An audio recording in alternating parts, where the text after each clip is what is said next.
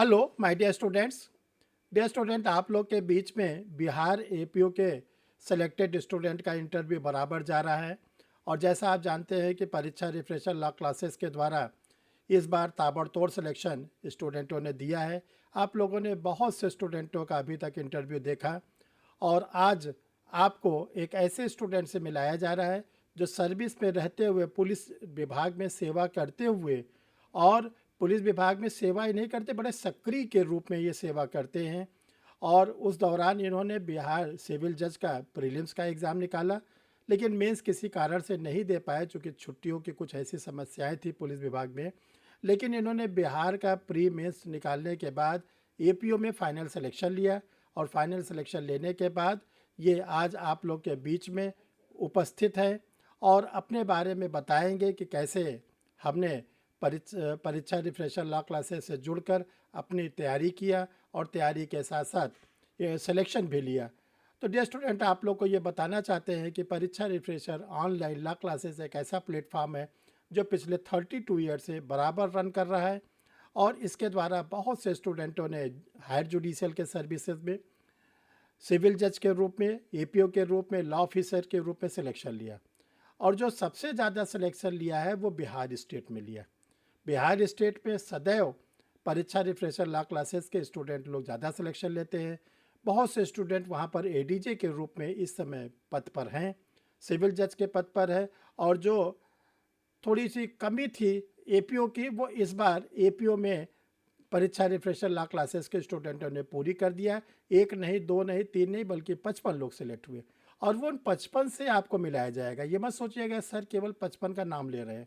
अभी तक आप लोगों ने 8-10 लोगों से मिला, 4-5 लोगों के और भी वीडियो आ चुके हैं और आज हम लोग अफरोज़ अहमद जी से मुलाकात कर रहे हैं। अब अगली आवाज़ अफरोज़ अहमद जी की रहेगी, वो अपने बारे में बताएंगे। अगली आवाज़ अफरोज़ अहमद जी। जी धन्यवाद सर। सर धन्यवाद मेरा धन्यवाद। नाम हाँ, बताइए सर बताइए। मेरा नाम अफरोज अहमद है। मैं बिहार के पूर्वी चंपारण जिले का निवासी हूँ और वर्ष 2007 से पुलिस विभाग में कार्यरत। मैंने अपने स्कूलिंग से सोमेश्वर उच्च विद्यालय अरेरा से, inter plus graduation Lakshmi Narayan Dubey college Motihari से और एमएस लॉ कॉलेज मोतिहारी से मैंने एलएलबी किया है। उसके बाद मैंने एमएसडब्ल्यू इलाहाबाद यूनिवर्सिटी से और एलएलएम नागालैंड दीमापुर से कंप्लीट किया। मैं सर के सानिध्य में वर्ष 2019 से रहकर स्टडी मटेरियल प्राप्त किया और उसी के अनुरूप पहली बार 30वीं बिहार जुडिशरी का मैंने पीटी क्वालिफाई किया और मेंस लिखा, बट मेंस नहीं हो पाया। उसके बाद मैं अनुवरत सर के दिशा निर्देश में ही बिहार एपीओ की स्टार्टिंग किया और आज अंतिम रूप से मेरी 278 रैंक पर चयनित हुआ है। इसमें सर का मार्गदर्शन काफी महत्वपूर्ण रहा, जैसे मटेरियल हुआ या सर का जो साक्षात्कार का मैंने ऑनलाइन क्लासेस ज्वाइन किया था, मैं सर की सफलता और साथ साथ मेरी भी सर की उपलब्धि के कारण ही मेरी सफलता हासिल हुई है। इसके लिए मैं सर के प्रति आभार कृतज्ञता और आगे अपने प्रतिभागी जो साथी हैं उन्हें सलाह दूंगा कि सर के सानिध्य में रहकर है तो कोई भी काम पॉसिबल नहीं है। चूंकि मैं पुलिस की जॉब में रहते हुए काफी सक्रियता के साथ ड्यूटी करने के बाद 17 साल के बाद मुझे ये पद प्राप्त हुआ है, तो आप एक्सपेक्ट कर सकते हैं कितने स्ट्रगल हमने की है। इसके पूर्व मैंने 3 जुडिशरी, 30वीं, 31वीं और 32वीं दे दिया, लेकिन कभी पीटी तो कभी मेंस नहीं, मेंस तो कभी फाइनल नहीं। इस कारण सर आगे जो देखिए आप लोगों ने देखा है कि पुलिस विभाग में रहते हुए, वो भी अभी अफरोज जी बता रहे हैं 17 वर्ष तक, बहुत लंबा संघर्ष होता है। कितने लोग पढ़ाई से नाता टूट जाता है, उनको लगता है कि अब मैं जिस सेवा में हूँ उसी में रहूँ। लेकिन ये एक आप लोग के लिए बहुत ही बड़ा संदेश दिया अभी अफरोज जी ने कि 17 वर्ष वो भी पुलिस विभाग में। आप जानते हैं कितनी सक्रियता रहती है पुलिस विभाग में। किसी भी समय, किसी भी दिन आपको बुलाया जा सकता है, कहीं ड्यूटी लगाई जा सकती है, क्योंकि पुलिस विभाग एक ऐसा विभाग होता है कि उसमें छुट्टी न के बराबर रहती है। बहुत ही उसमें जिम्मेदारी का पद रहता है। रहते हुए उन्होंने यहाँ तक मुकाम निकाला। अफरोज जी, हम आपसे ये जानना चाहते हैं कि आपने एपीओ की पढ़ाई या जो आपने जुडिशरी की पढ़ाई किया उसमें किन किन बारीकियों को ध्यान में रखा, ताकि जो आने वाले स्टूडेंट हैं, आप लोग सेलेक्ट हो गए हैं, जो लोग सेलेक्ट हो जाते हैं उनकी बातों को आने वाले स्टूडेंट बहुत ही ध्यान से सुनते हैं, उसको जीवन में उतारने का प्रयास करते हैं। उसके बारे में थोड़ा खुलकर बताएं पूरा। सर जैसा कि हमने सर के कोर्स से ही अन अकेडमी ज्वाइन किया था, सिर्फ सर के उसमें मार्गदर्शन के कारण। जब तक सर रहे तब तक ही मैंने अन अकेडमी को क्लास भी किया। उसके बाद सर के द्वारा जो स्टडी मटेरियल उपलब्ध कराई गई थी उसी का रिवीजन जो हमें ड्यूटी के अतिरिक्त समय मिलता था उसको राइटिंग करते थे और अनवरत उसी का रिवीजन करते थे। और उसी से ये हमारी जो भी लिखने, राइटिंग और एग्जाम का जो पैटर्न था उसके अनुरूप हमने फॉलो करके उसके कवायद से ही हमारी उपलब्धि हुई। निरंतर जो भी ड्यूटी करते 2 घंटा 4 घंटा, लेकिन रेगुलरिटी बना के ही हम कंटिन्यू अपना प्रैक्टिस करते रहते थे। चाहे 2 ही घंटा अगर ड्यूटी करते टाइम मिला, लेकिन मैंने किसी दिन ये बात कह के नहीं छोड़ा कि आज हमारी ड्यूटी ज्यादा थी इसलिए हम अब आज रिविजन नहीं कर पाए। इसलिए रेगुलर मोड में लगे रहे, चाहे वो 1 घंटा करे या 2 घंटा करे, जैसा समय रहा। सर का ही नोट मटेरियल जो आज भी है मेरे पास और आज भी उसको लगे हैं, क्योंकि आगे भी हमारी मंशा जुडिशियरी देनी है, इसलिए हमने कंटिन्यू। बिल्कुल बिल्कुल। अफरोज जी, जी थोड़ा इंटरव्यू के साक्षात्कार के बारे में अपना बताएं अपने स्टूडेंटों सर। को। सर मेरी इंटरव्यू स्टार्टिंग हुई जैसे मेरा सेशन 2004-07 साल LLB का। तो उन्होंने पूछा कि आप इतना दिन से क्या कर रहे हैं।